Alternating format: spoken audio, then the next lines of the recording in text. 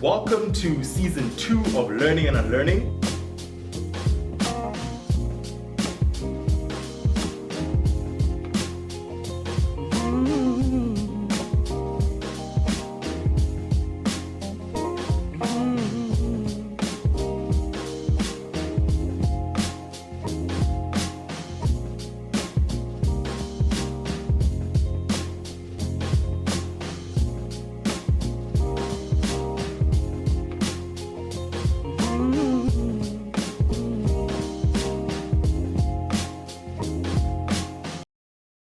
Today we're discussing men in friendships because in many instances the most honest relationships men have are with their friends. Our friends know our secrets when our partners and families don't. Our friends know the things we're too ashamed to share with anyone else, and in some instances we're more readily vulnerable with our friends than we would be with significant people in our lives.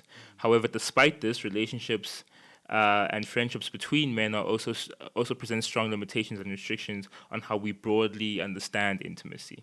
We're becoming increasingly aware of the different ways people love and display affection and like to receive love and affection.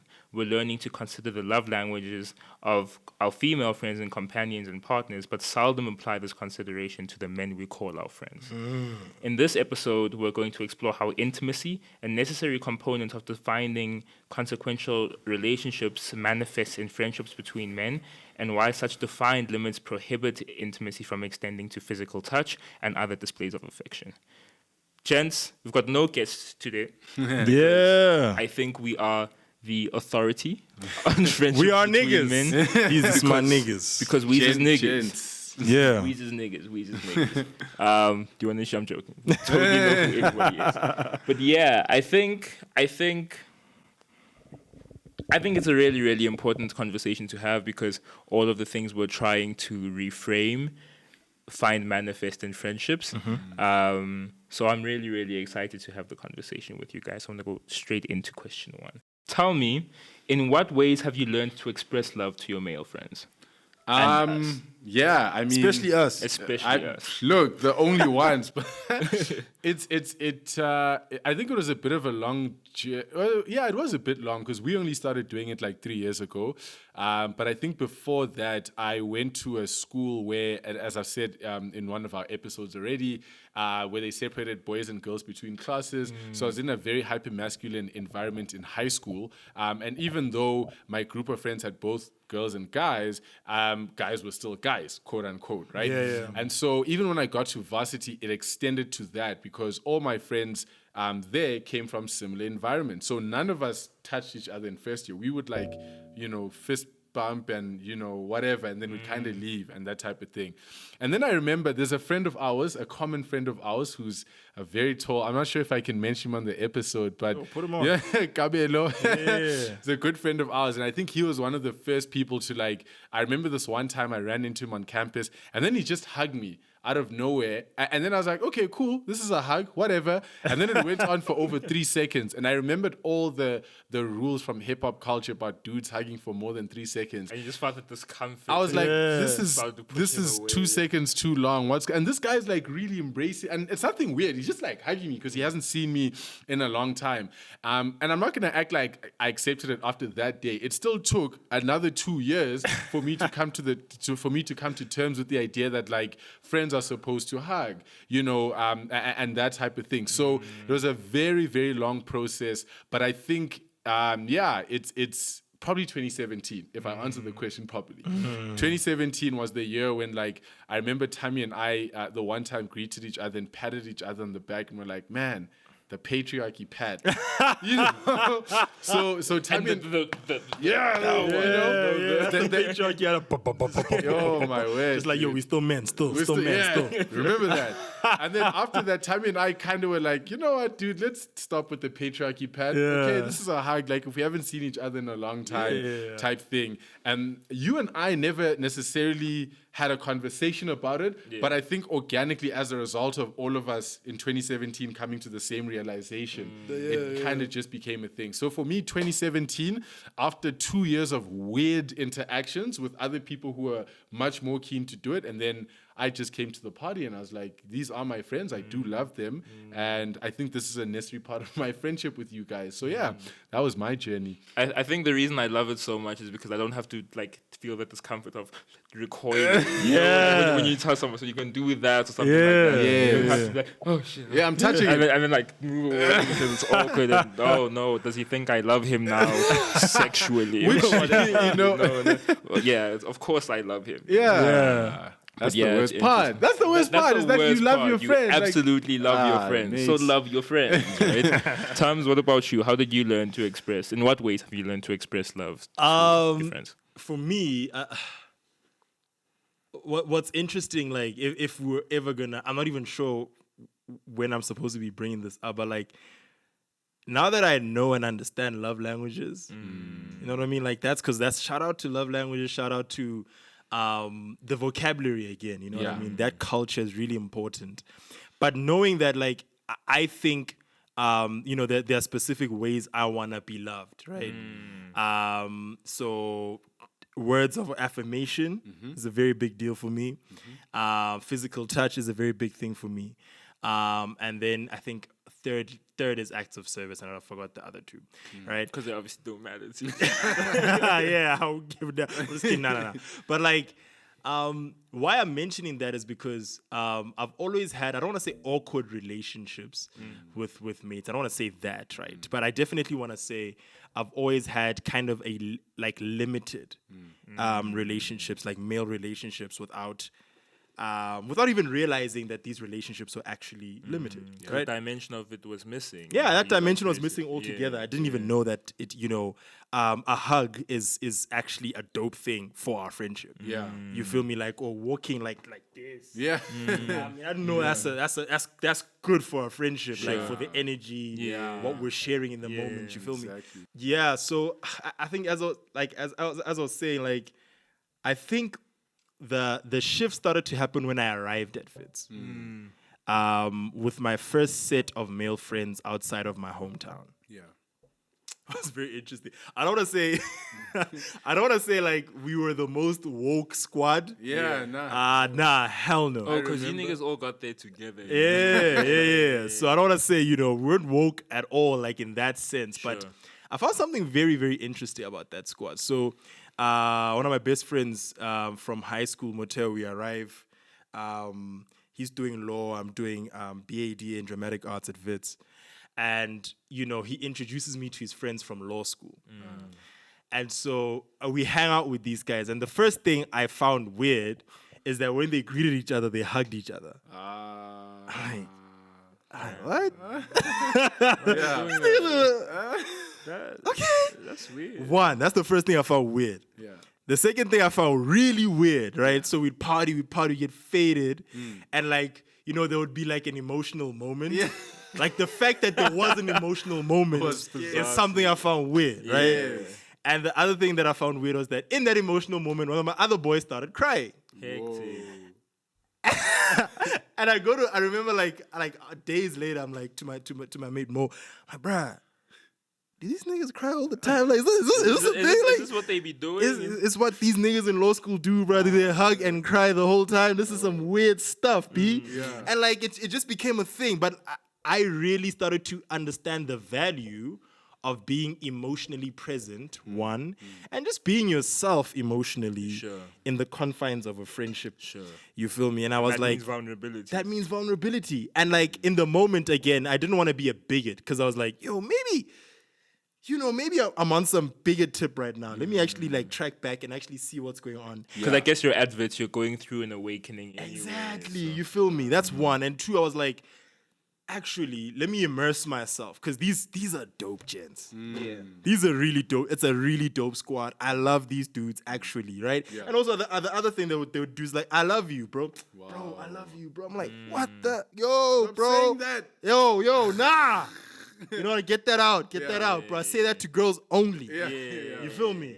Yeah, dude. But like, I think, especially when you don't mean it. Definitely say it to girls. Yo, so much unlearning. What the hell? Anyway, I think by the time our relationship became closer, you know, those views were consolidated. But what's funny though at the same time is that like in other instances, in other friendship groups, all of the things that I mentioned in the same institution were forbidden. You know what I mean? So like in a separate group, right, with a separate group of gents, in a different environment, maybe in a CSO, maybe in debating club or whatever. Yeah. You feel me? That's a different. You don't do none of that. Especially debating. Yeah, especially whew. Yeah, That was a wild place. That was a wild place. It's actually a wild place to have toxic masculine guys. exactly, That's exactly. strange. It's Should have been like bizarre. the rugby club. You'd like, think, right? Rugby niggas were probably hugging each other. Yeah. Rugby niggas are absolutely hugging each other. You got push-ups and I'm saying, so yeah, man, I think that's also the irony, like just the dichotomies and the different spaces and the different worlds and how I would have to personally code switch between different friendship groups and stuff. But like, I think by the time I consolidated my own views of masculinity and these things, and by the time I had cemented this friendship group, easy.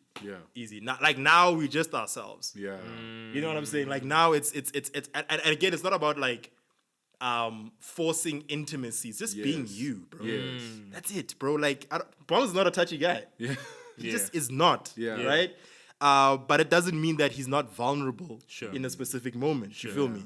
So like, and he'll express his vulnerability. and he'll express his differently. vulnerability, right? But if you again appeal to a love language of his, you know what I'm saying? Then you're Spend chatting some to time with him. him. Spend some time with my Quality man. time is. Yo, it's number one you want for Bongani. I don't you know? want to leave. Yeah, so yeah, I think it's varsity, bro. It really helped. Yeah, I won't even lie. Hectic. I mean, I want to say I find it very interesting because the two groups thing is very, very interesting because I was introduced to Tammy in one specific group, which was debating. in debating. And again, please don't have this image that like debating is this super transformed space where men can be vulnerable. Really. quite the opposite. You know, maybe now it might have Yeah, changed definitely. with the youngins. But Definitely. when I started at varsity, there was a predominant like hyper masculine hip hop culture and all of that. So that's where I met Tammy. And then I remember sleeping over at his apartment, and this other friend of his, also a law student, came through, and they started talking about this other friend of theirs who was crying and blah blah. And I'm like, wait, what? He tolerates that? Yeah, you tolerate people crying in front of you?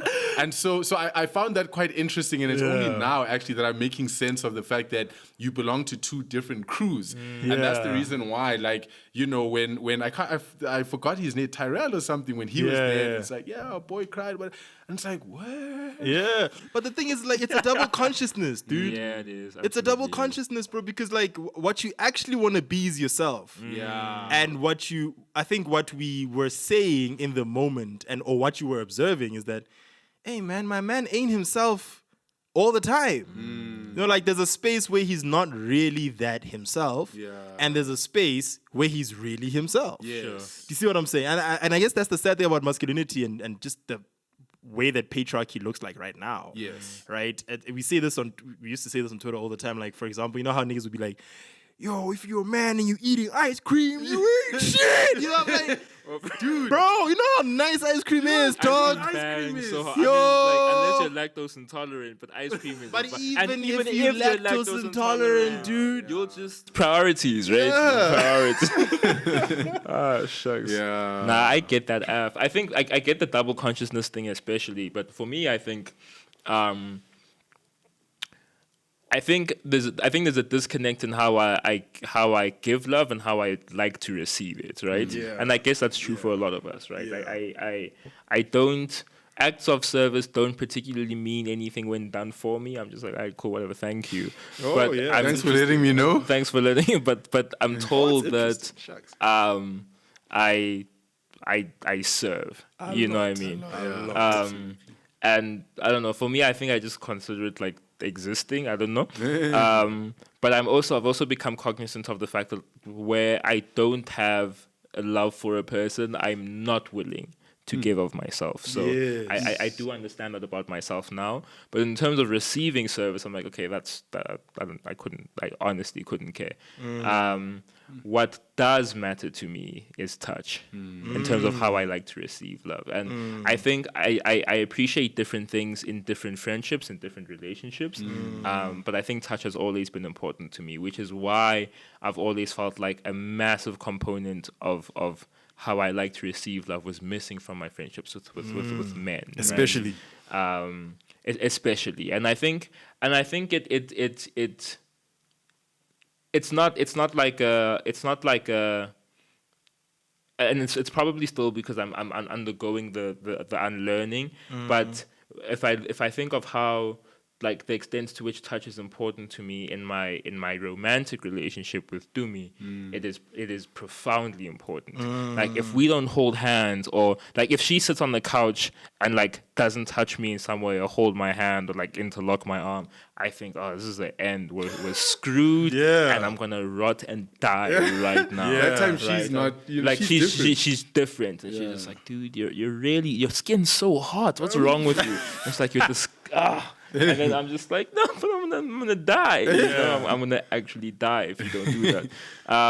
Whereas in like my friendships with men, touch is important, but I think I'm still sort of like dissecting specifically what it is that's important. And I think when it comes to my relationships with men, and it's probably because of how like just how hard-coded the aversion to touching men has become in my head. I think I'm not sure if I'm learning to appreciate quality time more and more and more, because every single time we record the podcast, I leave feeling rejuvenated, right? Yes, Every yes, single, yes, like, yes, for me, for sure. rest isn't sleeping a weekend away. It's being with my friends. It's being with you guys.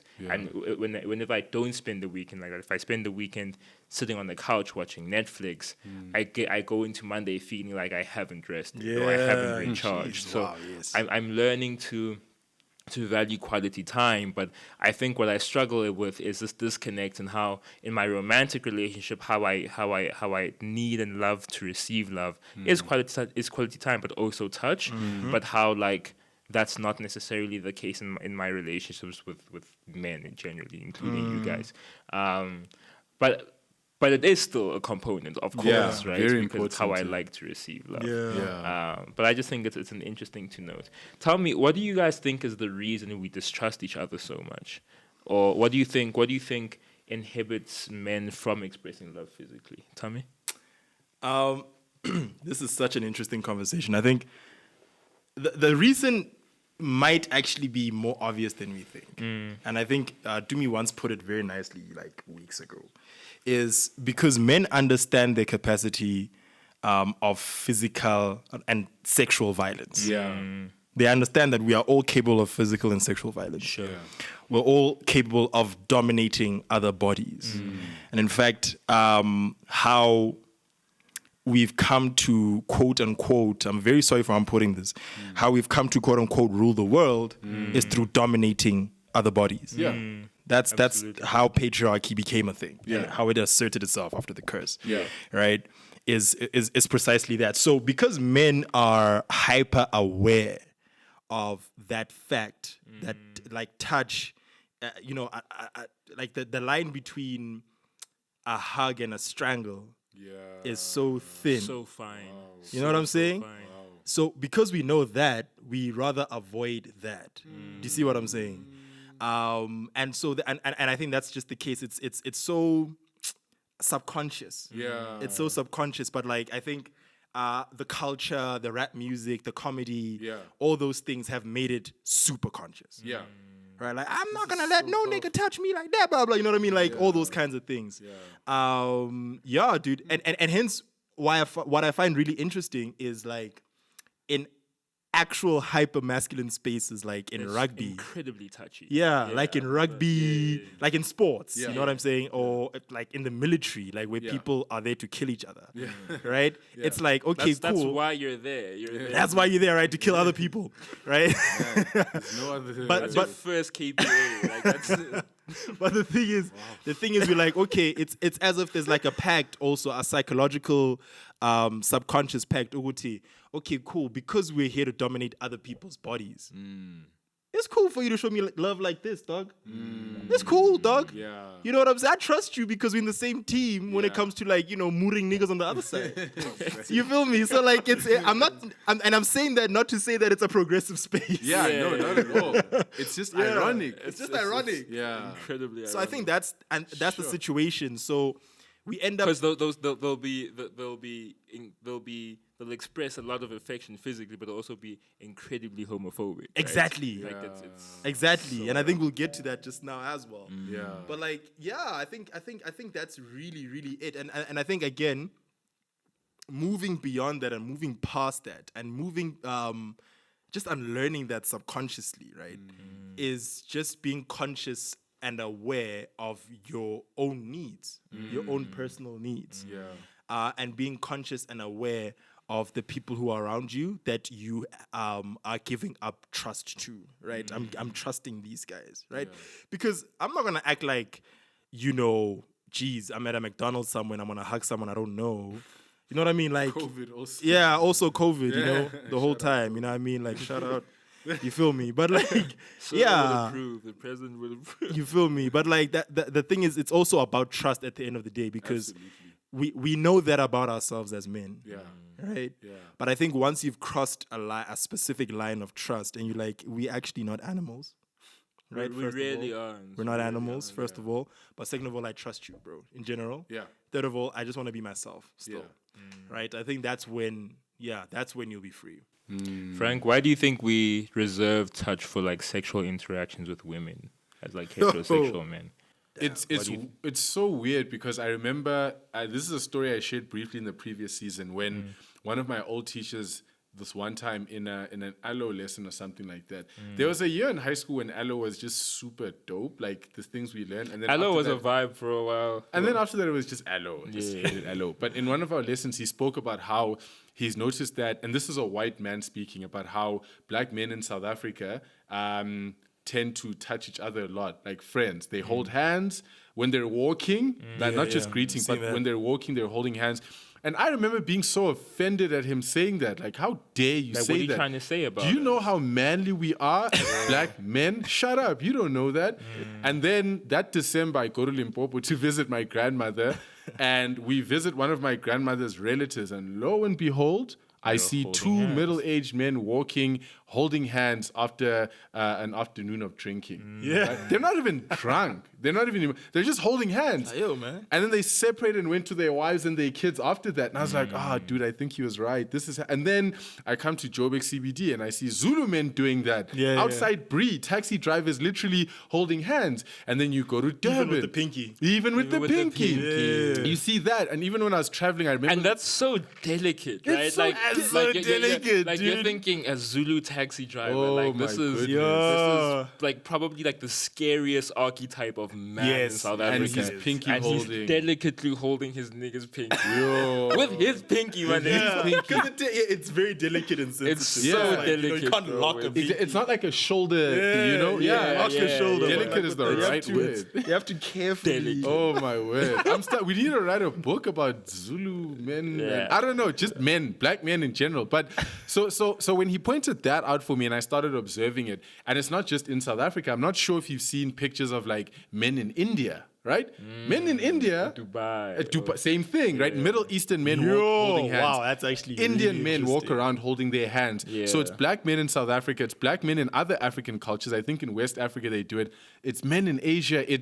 So it hit me that like it's also cultural at the end of the day. Yeah. And as millennial black men, so born in the 80s, 90s, even those born in the 70s, we grew up in a world of Americanized pop culture and globalization. Yeah. And so in America, since the beginning of the country, yeah, they've had it bad with like male friendship intimacy. I think they're one of the worst examples of how men are supposed I think to do it's friendship. a European thing. It's probably a European. definitely Yes, European. it's that European sensibility that underpins their philosophy, right? Yeah. Just respectability and Respect my space. respect my space, and I'm an Individuality. individual, and don't come in. And so it extended to American culture and then American pop culture, which also then extended itself to rap music. Yeah, dude. Influencing the kids. And influencing the kids. So when we grew up under that pop culture, the no homo, which we've spoken about a lot, you know, like every time, on you the know, Boondocks. on the Boondocks. So we grew up more with like American pop culture values than anything else.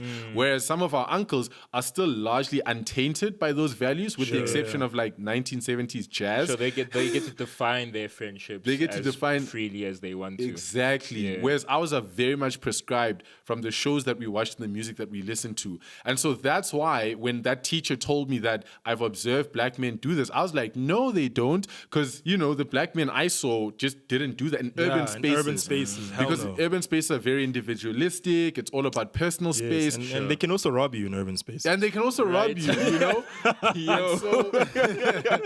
And so for me, They will absolutely rob you in urban space. yeah, mate. So for me, that was, I don't know, that was the realization that like I really think it's mainly a cultural thing. Yeah. Like it's and some of us don't know where it comes from, but it's just there and it's always been there. And but for a whole generation of black men, it was never a thing. For my uncles, aversion to touch isn't a thing. Are you kidding me? Sober or not, I'm gonna hug my cousin. I've seen my I'm uncles. gonna kiss him on the cheek. Absolutely, I'm gonna do that. Are you kidding me, bro? Like, Bro, even guys in the mob, bro. yes. Yeah, The mob is saw that very in The Godfather, affectionate. bro. Right? Come on. So Then they're gonna go murk people right afterwards. That the sad irony of it all. And so I think for me, one thing I've realized is that men being comfortable with touching each other was actually always the norm. Sure. And this aversion to touch is actually a much more recent It's like a phenomenon. cultural export. It's or actually- import for us. Yes, it's actually a cultural import, and it's much more recent than we think. If you read any historical book, whether it's Shakespeare or the Bible, he embraced him and kissed him. Yes. Are you kidding me? Men have been loving. Men have been loving each other like that, dude. So, long story short, I think it's definitely an import on our side. I don't think it's natural. I don't think that's how we're ever supposed to be. And how we were. or how we were at all. And I think by unlearning this, we're actually trying to go back to what, you know, our friendships were. We don't even have the best part about this is we don't have to redefine it. Yeah. You know, we can just go back. It's already in the DNA. It's there. Sure. Yeah. I'm definitely with you on it being cultural as well as it being a cultural import, right? Yeah. And I think two examples in my own life, like, you know, give credence to that or affirm the idea. First is my uncle, right? I had this uncle who passed away who was incredibly affectionate, right? The most affectionate man I've ever met. Yeah. But we used to think he was creepy, right? Wow. We were Yeah. like, yo, that like, and he was also like an alcoholic, so like, Yeah. like, it's hang soon, and it's like, oh, dude, but like, you've got a beard, and it's, and you know what I mean, like, Yeah. he, and I think, I mean, there was obviously I believe firmly in the idea that like even if a child says they don't want to kiss you, they don't want to hug Yes. you, then you should, you know, accept Shouldn't do that, that, as is. But and it's not because but he'd be like, oh, you know, hang soon, and we would and we'd kiss him, right, right, Sooner, papa. And we would, not because like he wouldn't accept the boundary. Yeah. It's because I'm so used to not being allowed to enforce the boundary, right? So my mother would be like, go and hug your malome, or go Yes. so like so I didn't know I couldn't enforce the boundary, but he was this incredibly affectionate person. Yeah. And I just remember like kissing a man with a beard. I was like, this is bizarre. I hate this. As a kid, And he just became like I think for a really long time in my really early youth, I just thought he was like a really creepy old man. Yeah. He smelled like beer, right? But he that's who he was. That's who he right? was, That's who yeah. he was, and it wasn't weird. I specifically remember it not being weird because he wasn't just like that with like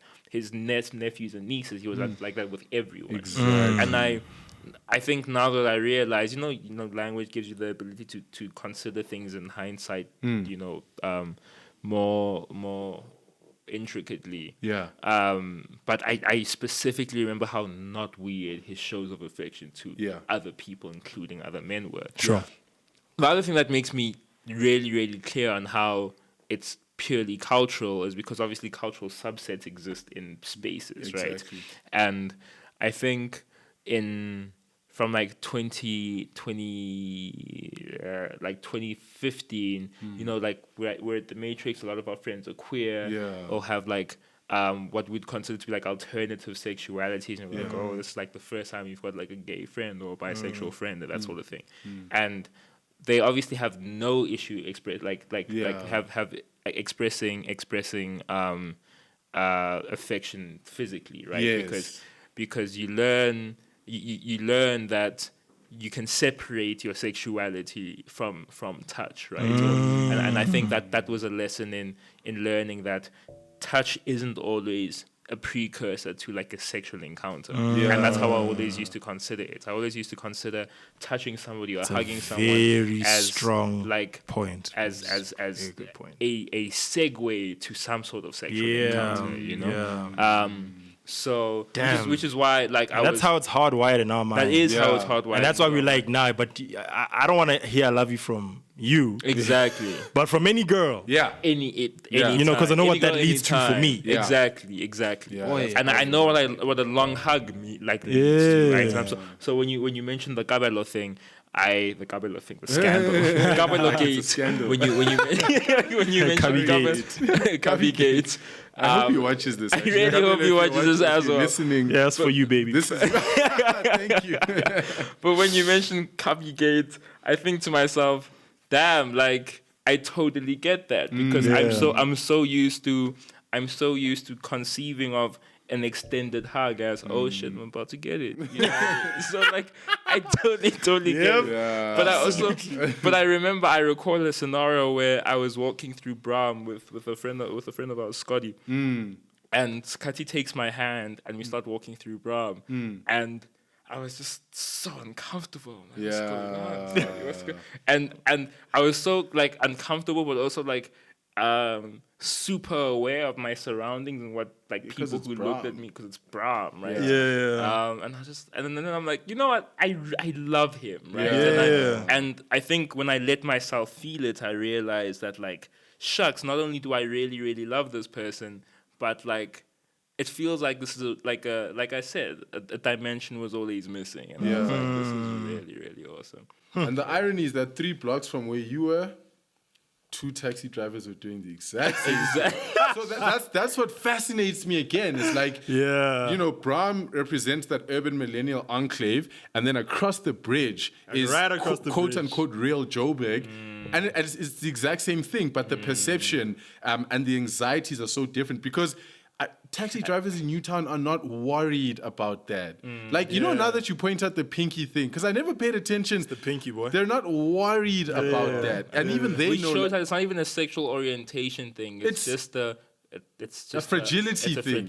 That's it. Yeah. And so the fragility in Bram is heightened, but the fragility, and again, not to say, by the way, we're not saying like taxi drivers are perfect. Yo, we getting there. We're not gonna saying distinguish between the two. We're not saying they're perfect or anything, but it's just to say that like, culture forms different fragilities, and that's super fascinating that like Bram and Newtown separated by a bridge. On the one side, this behavior is totally acceptable by 2 middle-aged men. On the other side, 2 millennial men doing the exact same thing. Yeah, those men's kids. You know, those men's kids, Nah. Nah. Yeah. Not a chance, fam. Yeah. Well, not like that, because that would be weird, innit? Yeah. How has reframing affection and how you receive it and give it to men, how has that impacted your relationships with women?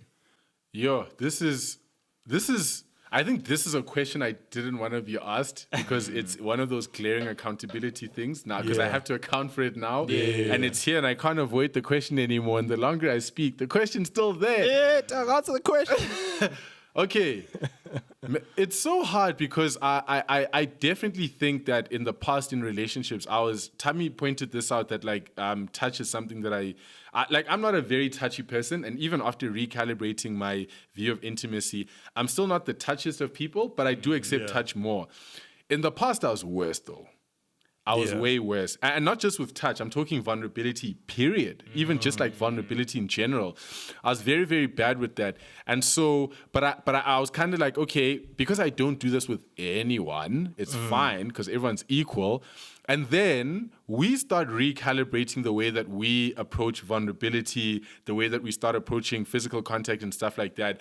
And now the problem is that the bar starts getting raised because it's like, okay, you've done this work with the boys. Now you need to do, because that work was done mainly when I was single. So you've done this work with the boys. The implication of accepting that means that the next relationship has to be at the same level, if not above.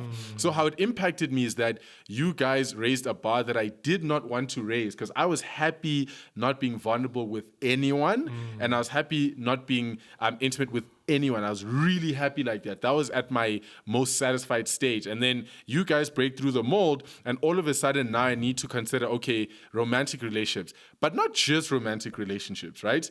Relationships, platonic friendships with my women friends as well. Yeah. Yes. Because now excellent. There's this added dimension of like, I think that was the hardest one. That was the hardest one because if you aren't used to touch, and like you said, the only time you expect to touch a woman is if it's a segue to something else, right? It makes your platonic friendships with women especially difficult from that point of view. Or you just like there isn't any touch incorporated in your friendship, and it's just like one dimensional now with everyone, right? And so I really had to start questioning the way that I navigate my friendships with them. But the biggest work I had to do was more with vulnerability than with touch, because okay, I could work on like the hugging thing, I could work whatever that I could work on. I guess it was the touch was a component of the vulnerability. Maybe. Exactly, Yes, it was a absolutely. consequence. Once the vulnerability was dealt with, and for me the vulnerability looked like this. My friendships with women before that were very much a performance on my part, right? I'm not saying any of my friendships with women from before 2017 don't matter, but I am saying that the person I was before then was largely a performance, and the person that I was after that was real bongani. That's when I became the friend who could turn to his women friends and say, yo, I'm not doing well right now. And I actually feel like crying right now. Again, like, without connoting that you're my girlfriend. You're not Exactly, even, I don't even because- think of you like that. Like I've never even fathomed being in a romantic space with you. You're my boy, right? Because we do that with our women friends. We call them our boys as a colloquial thing, right? It's like, you're my boy. I'm going to tell you that, like, dude, I'm not okay right now. dude. So it affected me in such a way that I could start reaching out to them the same way I could reach out to you guys.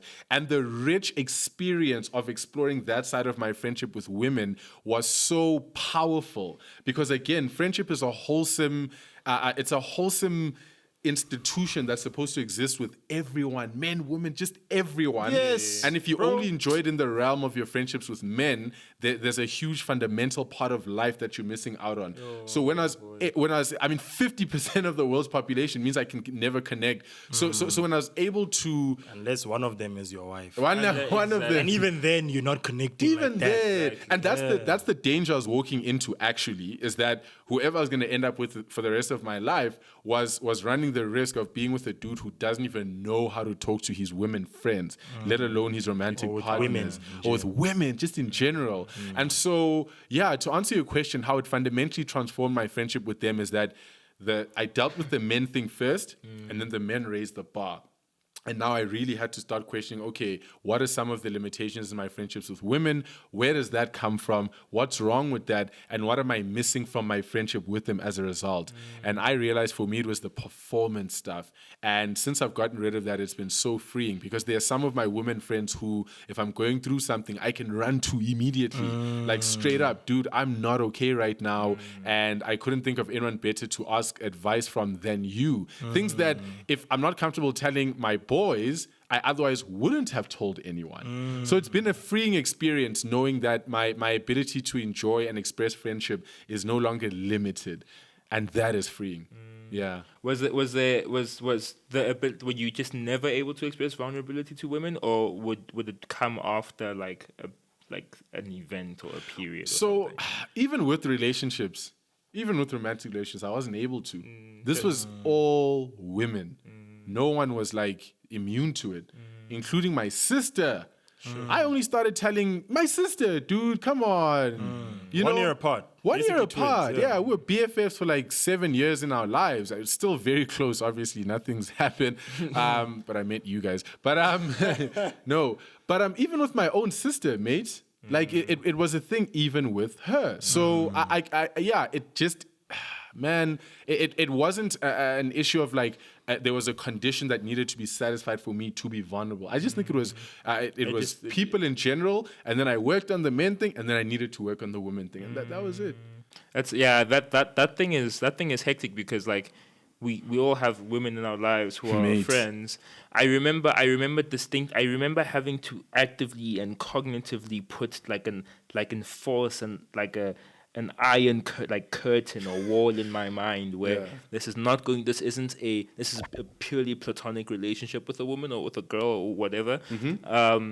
And because of that, I'm not going to touch you because, like I said, I used to consider touch as a precursor to a sexual encounter. Yeah. So like if I like assigned like friendship to my relationship with a woman, it would be like this. So how things? Cross your arms and how's- run away. Hey, Yo, that's so true, boy. which is wild because so like true, that's dude. no way to live, man. Yo. That's crazy. But yeah, I mean, I think the impact it's had for me is firstly being able to have fulfilling relationships with women, but also like I don't know. It's not to say. I think I was going to say it's when we learn about when we learn about consent, right? You learn about it in the context of like your interactions with women, right? And this is a little bit weird because I might be answering the question inversely about how like my relationship with women have informed my relationships with men, but I think like the consent thing as it applies to touch also now applies to relationships with the men, right? And that because not necessarily because we have an inherent distrust for one another, but just because sometimes you don't want to be touched. Yes. Yeah, dude. And sometimes again, it's not you. It's not like your love language. Exactly. It's just not yours. But what I think it did for my relationships with women is that it helped me understand consent more broadly, right? Because obviously I probably because at the time I gave men more intrinsic value than I did women. But it did help me understand like consent about like innocuous and seemingly innocuous things about my interactions with women, like better. You know what I mean? Tams, what about you? How has it impacted your relationship with women?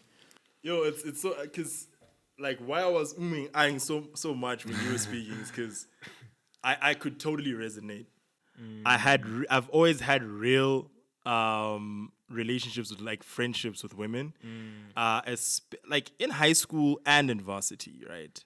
And what I was again, yes, it's all the culture. The culture is so dangerous.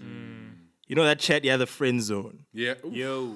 You know that chat? Mate. Yeah. So like wait, you're friends with a woman if you fail in a Thank romantic you. endeavor. Thank you. Right? Right? So because that's the information that's being fed to you actually. And guys, I think I want people that listen to this podcast to understand like how you know when we say toxic masculinity, I don't think people understand what it actually means for how boys conceive things in their minds. Yeah. I don't think they understand what that means, It's right? like, realizing it's like this this high level now. buzzword. Yeah. Nah, no, dude. Like the fact that I couldn't really have fulfilling relationships with women was because it was associated with the friend zone. Do you see what I'm saying? You're her friend because you screwed up. Or because Exactly. You failed, right? You feel me? So there was that at the same time where when you actually are having a genuine relationship with a woman, like not an actual romantic relationship, you put her in another zone. You're like, she's my sister. It's a family zone. Or I told, so that's how I was thinking. Like, yeah, she's like, yeah, Mukwena, bruh, you my sister, bruh. You know what I mean? Like that's it. You feel me? Like just so that in my mind I can be like, I'm not gonna ask this girl out, okay? Dude, don't ask her out, So dude. that's your wall. Yeah, that's my wall. Like, yo, man, this is a fun friendship. I'm having so much fun in this friendship, bro. Yeah. So, you know what I mean? Like, it's and again, because like there are such strict demarcations and there are basically different rooms in your mind that you place different women in. It also just means that you don't have a real relationship with any of the women in your life anyway. Yeah. You know what I mean? So, so it's what improved for me. I think I'm just really gonna repeat the things that you were saying because I just resonate so much. The day I realized that that's sexist. Yeah, for one. Like legit sexist, right? Yeah. And that like it's possible for me to have meaningful friendships with my friends, like my male friends, right? Without feeling threatened. I can do the same thing with women without threatening them. Wow. Wow. You feel me? Because that's why you put her in the family zone, right? You don't want to threaten her because it's you. You know you have a problem. You know what I'm saying? You're like, yeah, you're the one that's going to make a move on her. You feel me? Because that's how niggas be thinking. If she's your friend. Yeah, if she's your friend, She has right? to be your sister. So you're like, no, but you're my sister. You know what I mean? But as soon as like all of those things just fell flat, right? I really started having really, really good relationships. And I don't want to say this is a very recent phenomenon. Like very, very recent phenomenon. Like where I'm actually having a Zoom call with Candace, like, yo, dog. Things fell apart, dog. Yeah. Like things fell apart. Yo, Miki, bro, let me tell you, bro. Things fell apart, and this is how they've affected me, and this is why this has been dangerous for my life, and this is what blah blah blah blah blah blah blah. Because I've taken out the thing that wasn't even there. Yeah. Like it wasn't even there in my mind, right? To that I'm going to date you, or that thing wasn't even in my mind, right? But like the socialization is so strong that like you have to award that thought some space, and you have to do some work mentally to avoid finding yourself in very awkward situations with women. Yeah. So yeah, dude. So hey, toxic masculinity. It's so hectic. So, gents, I wanted to talk about the inconsistency and how men might show affection to one another and exhibit behavior that we might consider to be progressive, but still be really, really violent in their orientation towards women. What are your thoughts there, Frank or Tommy? I think again, men have each other's backs, Dude. right? I trust you guys. Men have each other's backs. And they have two things in common. They have each other's backs, and they agree that women are there to serve them, or women are inferior, or women are to be dominated and to be consumed by them, etc. You know what I'm saying? So I think it's back to the earlier conversation we had. I think the implication of many of the things that we were saying about our past relationships with Oaks is that, I'm not sure if you guys noticed it, is that like, it seems like our relationships and our conception of friendship only improved once our relationships with as gents improved. Yeah. You know what I'm saying? Because again, part of the inherent socialization of men is that like, yo, men matter before women. Yeah. Right? Yeah. And so this is why, for example, you will have a situation where two taxi driving men will delicately hold each other by the pinky across brie, hyper masculine space, and later on grope women in that same taxi, right? Or we had a conversation about Rick James, or Lil Uzi Vert, like really, yeah, or excess, you know what I mean? You know what I mean? And like these guys would have really feminine eccentricities, but like the other guy need his girlfriend in the face. You know what I'm saying? Because that's actually what he thinks of women. He doesn't have a problem with femininity. Yeah. In fact, he benefits from it because it aids his own sense of expression. It gives it color, right? But like at the end of the day, a bitch is a bitch, bro. Yeah. 99 problems. Yeah. You know what I mean? So it's so interesting that like the unlearning process doesn't happen in totality. It just happens among men. Yeah. And I think that's where we need to get to, right? We need to get to that part where that last question that you asked is a reality for all men.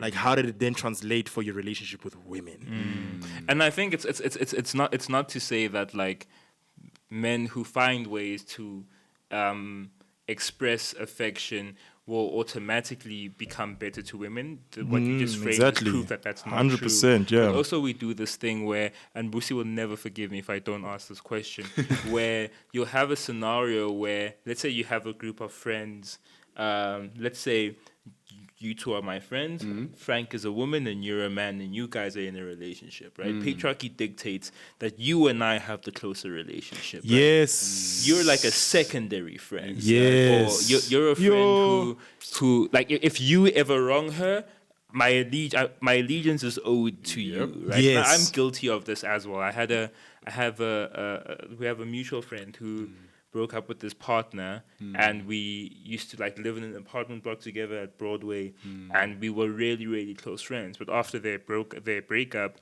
I chose sides. I'm like, I'm never speaking to you again. You know what I mean? Because allegiance that's like demanded that I never spoke to her again. I want to reach out to her because I was really shitty. But yeah, that's just how it is. I mean, like homies over hoes. Like, homies over. That's the nice thing about the culture. Like, there's language for it. There's actual language for it. No homo, homies over hoes. These hoes ain't loyal. Blah blah blah. Bros over hoes. You know what I mean? So, my boy. Hectic. Yeah. And it's just like it all stems from a hatred and distrustful. Yeah, like an inherent one. And like this is what we packed over as gens. Hectic. Yeah. Frank, what about what do you think about the disconnect between violent men who exhibit progressive behavior? I think Tammy's answered it well. So I think one thing we as men need to start. I'm not sure if we're going to cover this in the application or if this is kind of like the... Yeah, maybe if this is the application, it's fine. Yeah. Okay. Start speaking. Okay.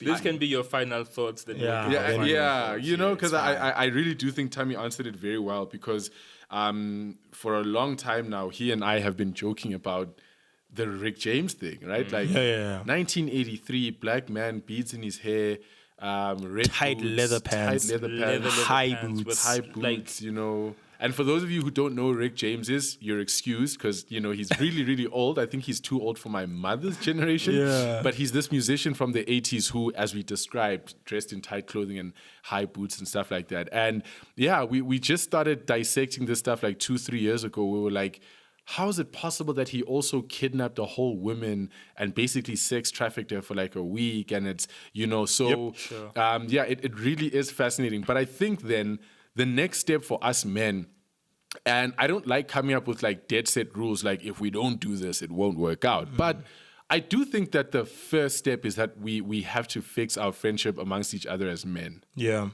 Before we can even conceptualize of how, there are many things we can do before we can start being proper partners with women, but I think one of the most important ones is we have to fix our friendship with men, because that will then things filter out of that. Things filter out of that. So for example, in our own friendship, we've set a couple of dead set rules about secrecy against partners. I don't think any of us here are willing to hold secret. Like I'd never hold, if Tammy told me something deep, like I said, within 7 days, if you haven't told your partner, I'm telling. If it's something that harms her, obviously not like something of his own. Sure. Same thing with you, and you guys would apply the same standard to me.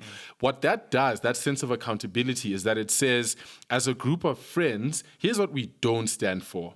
And if we can reform that amongst ourselves, it can then translate to the way that we interact with women, our vulnerability with women, our non-violence towards women, and things like that. So I really think it starts with repairing the things that make male friendships. Number one, getting rid of the toxicity by holding each other accountable. Once you've worked on that, then you work on the vulnerability. And once you've worked on the vulnerability and the intimacy, then you're able to walk out into the world, because in your most masculine space, you're very expressive. So what does that mean for the rest of the world? It's your oyster. Now you're able to start treating women the way you're like that thing I said, the bar. You know, I'm not saying the bar always does increase, because as we said, some men will be intimate with each other and hit women, but that's why it's a multi-factor recalibration of not just learning to be vulnerable, but also accountability and all of those things. So I would say, number one, I was really fascinated to find out how many quote unquote reformed men are just so violent. Like I was truly shocked to find that out. Like these rappers that Tammy's naming now, I remember reading articles in 2016 about how lucky millennials and Gen Zs are, because they get to interact with rappers who aren't so hyper masculine. But then the next day, a tweet goes viral saying this guy did this to his girlfriend. Things that like, I'm not even sure if 50 Cent and DMX ever did. Nah, dude. Right? That's the worst part, right? So, but anyway, just to answer the question, I really think that the one thing we should start doing is like just hiring the bar in our own spaces, because I do believe that it will spill over into our other relationships. But it's always balance the accountability with love and balance the love with accountability. Never trade one for the other. And so but the presence of both is vital. Very vital. They have to work in tandem. Because I know I'm going on a bit too long, but the one problem with men, I think we've identified, men will prioritize the love aspect way more than the rebuke part of their friendship and the accountability part. And so when accountability hurts, bro. Because accountability hurts. And so when the love aspect is number one, like you said very well, I will always look out for Tammy no matter what. I'll always look out for Dumi, and I'll always look out for Tabo. If Tabo breaks up with his partner, that's it. The partner's out. I'm gonna take my boy side anyway. And so I take my boy side because I love him, and that's good. But I need to balance that with accountability and say, but also, mate, You wronged her. You wronged her, Your bro. relationship ended because of Because of you. And so when I'm balancing the love and the accountability, it establishes that ethic in our circle. And it means that when we go out into the rest of the world, that's what my boys expect of me. That's precisely what they expect of me. And so, again, I'm not saying this is the be-all, end-all, but I think that recalibration starts amongst us, and then it will trickle over into women, into our relationship with women as well. That's really, really powerful. I think I completely agree with you, because as long as our relationships with our friends are our most honest relationships, then there has to be accountability there as well. And I think the reason I say the presence of both is important is because I think our friendships also, like you said, need to be safe spaces that are safe enough to come and say, listen, I screwed up and I did this, and this, right? But you also need to come into that space knowing that your friends are going to hold you accountable. Or if you don't know that plot twist, they're going to hold you accountable. Sometimes final thoughts? Yeah, final thoughts. I really, really love what Bawani was saying, man. I think so much. what I'll do, I will take it to the individual. I think, man, have the ambition, personal ambition, to be free, to want to be free.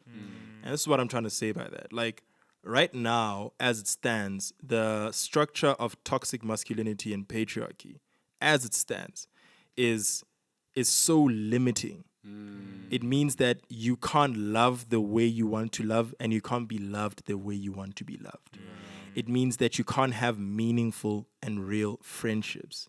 It means that you are likely to be a shallow person as a default standard and setting, right? And it means that you at the end of the day, you can never be a better partner, a better spouse to anyone because of how shallow you are. Like the world that we're living in right now, with this toxic masculinity, means that the only place where there is a possibility of depth, because it's rewarded there, is work, right? And even then, that's just not enough for a wholesome life. So one should just have the ambition to just want to be free. And what that requires then is a host of unlearning from your side. Right? And because there's freedom and accountability. Exactly. There's freedom and accountability, because we genuinely, at the end of the day, want to do the right thing, and we want to be known for good things. right? And so, yeah, I think that's it. I think that's where it should start, and I think this is why we started. Right, I just wanted to be who I am. I'm also not leaning into, the woke cultural narrative as to what men should actually be. No, I just want to be who I am, bro. Yeah. That's it. This is me. Yeah. You feel me? And I think people must just want that for themselves. And I think once that happens, then I think the process of real unlearning, you can actually even be open to it in the first instance. Yeah, and just get better friends. Gosh. Yeah, please do. That's so important. okay. I think, yeah. I all I can do is mirror what you guys have said, just because, like Frank said, the love is never missing. Like it's never a component that's absent in a friendship between men. But I do think that once accountability exists and once love is shown in ways that are healthy, then everything sort of solves itself, right? Yeah. You don't have a scenario where your friend cheats on their partner, you're friends with their partner, and you have to be silent about that. Right? Yeah. You get to tell your friend's partner, or either hold them 100,000%. accountable for that sort of thing. So 100,000%. I think that's just one of the problems, but I think as a whole, the problems solve themselves. When Accountability builds intimacy. Exactly, exactly. And so does vulnerability. And when the two exist, then everything is awesome. Yeah. So yeah, I think that's awesome. I think that's my fucking iPad.